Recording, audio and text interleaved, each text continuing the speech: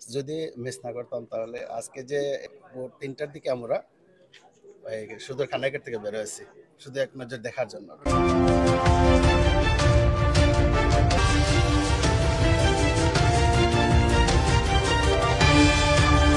মানে খুব মিস করি এই ছেলেটাকে।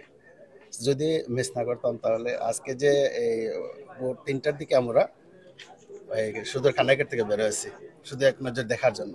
শুধু বলতেছে আজকে কালকে যখন শুনলাম গত মঙ্গলবারে আসবে, বাট দেখা হলো না, আসার সুযোগ হলো না, মনে হয়েছে যে আর দেখতাম না আমরা।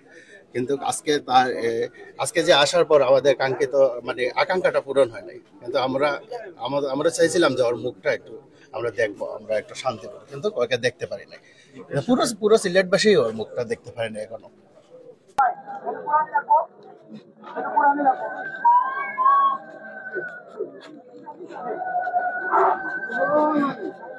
আমাদের নির্ধারিত মানুষ আছে, নির্ধারিত মানুষেরা কেউ করবেন না, করবেন না।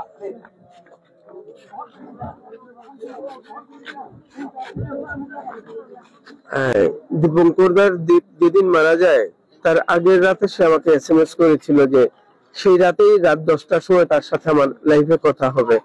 আমি অপেক্ষায় ছিলাম, কিন্তু একটু মন খারাপ হয়েছিল। আমি ভেবেছি যে সে মনে হয় আমাকে কথা দিয়ে ভুলেই গেছে, কিন্তু সে যে পৃথিবী থেকে বিদায় নেওয়ার মতো তার শারীরিক অবস্থা হচ্ছে সেটা তো আমরা কেউ জানি না।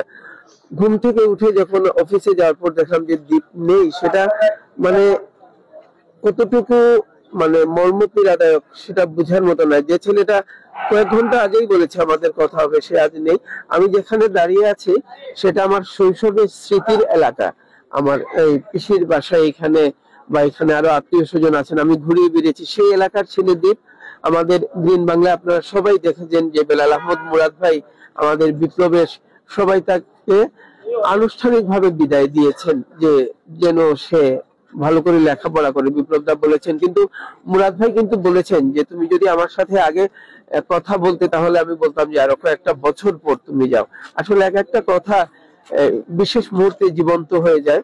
তো আমরা তার এই এই বিয়োগান্তর ঘটনাটা আমাদের খুব বেশি পীড়া দিয়েছে। শুধু আমাদেরকে না, যারা তাকে চিনেন জানেন এবং তার ক্রিয়েটিভিটি সম্পর্কে অবগত আছেন তারা সবাই ব্যথিত হয়েছেন। আমরা দেখেছি যে আমাদের ছাতকের সন্তান গৌরীদি বাংলাদেশের বিশিষ্ট কণ্ঠশিল্পী, তিনি সেখান থেকে সুখ প্রকাশ করেছেন এবং অনেকে অনেকে অনেক বড় মাপের লোকজন সুখ প্রকাশ করেছেন আজকে। তো এইরকম এই বিদায়টা এই বয়সে, এবং কন্টেন্টটা দেখবেন যে সে তার মায়ের সাথে ছোট একটা আবদার, মালয়েশিয়া গিয়েছে, বাজার করছে, বলছে যে আমার বাবা তোমাকে বিয়ে দেবে না। এই যে এক একটা কথা কিন্তু প্রত্যেকের মনে পেরেকের মতো ঠোকা দিয়েছে।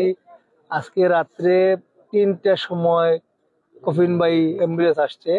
শুধু আজকে নয়, গত কয়েকদিন থেকে মানুষ অধীর আগ্রহ অপেক্ষায় ছিল যে দ্বীপের মরদেহ আসবে, তারা দেখবে।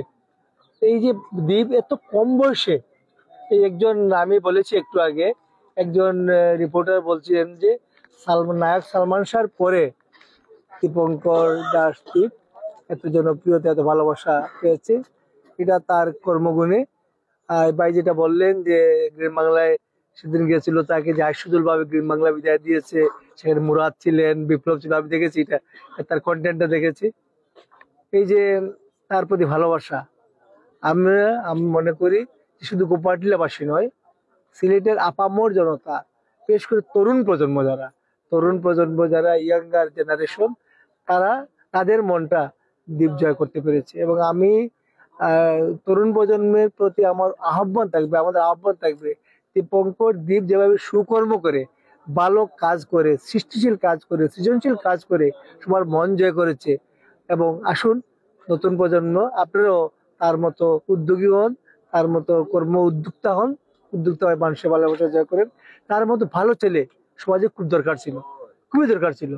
ও সৃষ্টিকর্তা তাকে হয়তো ভালোবাসেন, এই জন্য তার কাছে নিয়ে গেছেন।